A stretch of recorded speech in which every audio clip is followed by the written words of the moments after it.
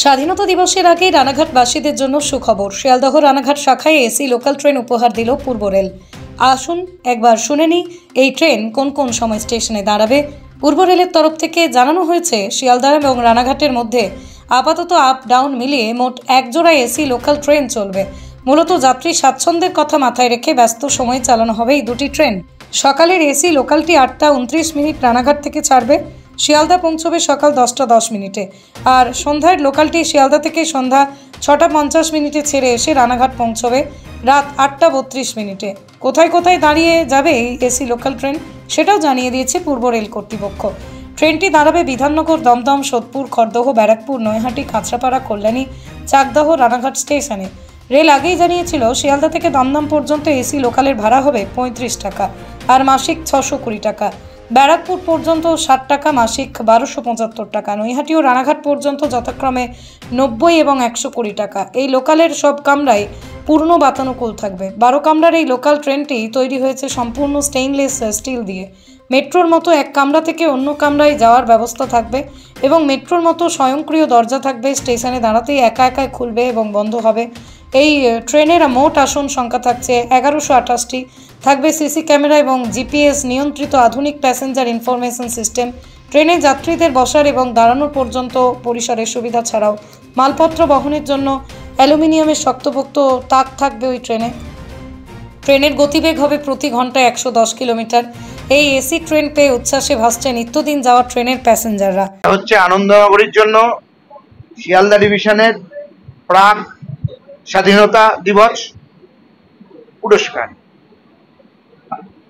এটা চলবে 10 তারিখে, এর ইনঅগারাল রান হবে শিয়ালদা থেকে রানাঘাট।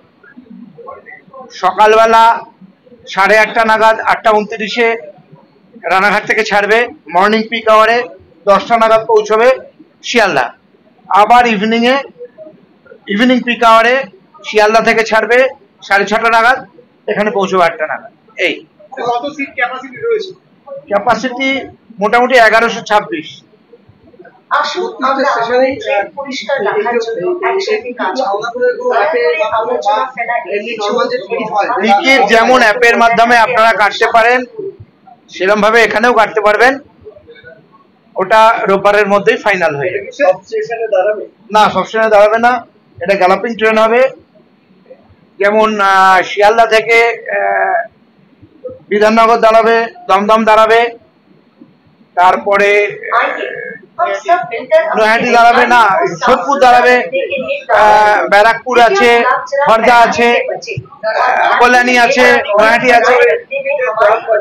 টিকিটের দাম হচ্ছে মোটামুটি, আমরা চার্ট দেবো ভাড়ার সূচি, মোটামুটি এটা 35 টাকা থেকে চালু, আর 120 টাকা অব্দি হচ্ছে রানাঘাটের ভাড়া। আগে করে কি টিকিট কাটতে হবে না ধীরে ধীরে কাটতে হবে? হ্যাঁ, ধীরে ধীরে কাটতে হবে, যেমন লোকাল ট্রেন। হ্যাঁ, মান্থলি শুধু নয়, এই ট্রেনের একটা বিশেষ ব্যবস্থা আছে। মান্থলি কাটা যাবে, ফর্টনাইটলি কাটা যাবে, অর্থাৎ 15 দিনের, উইকলি কাটা যাবে। ধরুন কারুর কোনো মেডিকেল এমার্জেন্সি আছে, কেউ হসপিটালে ভর্তি আছে, রানাঘাটের লোক, তিনি 1 সপ্তাহের জন্য যাবেন, তিনি উইকলি কাটতে পারবেন। একটা প্রশ্ন স্যার, লোকাল ট্রেনে সাধারণ মানুষ যেভাবে টিকিট কাটে, সেক্ষেত্রে এইখানে সাধারণ মানুষ উঠে যেতে পারে, এবং এই টিকিট এবং লোকাল টিকিটের মধ্যে তারতম্য কি করে বিচার করবে? সাধারণ মানুষ দেখুন, আমাদের যে এস্টিম কাস্টমার্স আছে, কমিউটার্স আছে, তাদের উপর পুরো ভরসা আছে। তারা ট্রেন টিকিট কেটেই চড়বেন, আর ট্রেনেও সবসময়তেই টিকিট চেকার মজুদ থাকবে। আর এটা ভেস্টিবিউল কানেক্টেড তো, আর গ্যালাপিং ট্রেন, ফলে টিকিট কাটতে লোকে। আপনি দেখুন, এই রানাঘাট আসতে আপনার যদি ওলা বা উবার করুন, তাহলে আপনার খরচ পড়ে 1002 টাকা একদিনে, আর এখানে 120 টাকায় আসবে। এটা সেফটি, সিকিউরিটি, কমফর্ট এবং কনভেনিয়েন্স সব দিক থেকে ক্লাস অ্যাপার্ট, পুরো আলাদা। চাহিদা বাড়লে ট্রেন আরো বাড়ানো হবে, অবশ্যই বাড়ানো হবে। আমাদের এক জোড়াই চালানো হচ্ছে। 12টা বগি আছে, 12টা কোচ আছে, লেডিস 2টো আছে, একটা সামনে একটা পেছনে। ব্যুরো রিপোর্ট, আরং নিউজ, নদিয়া।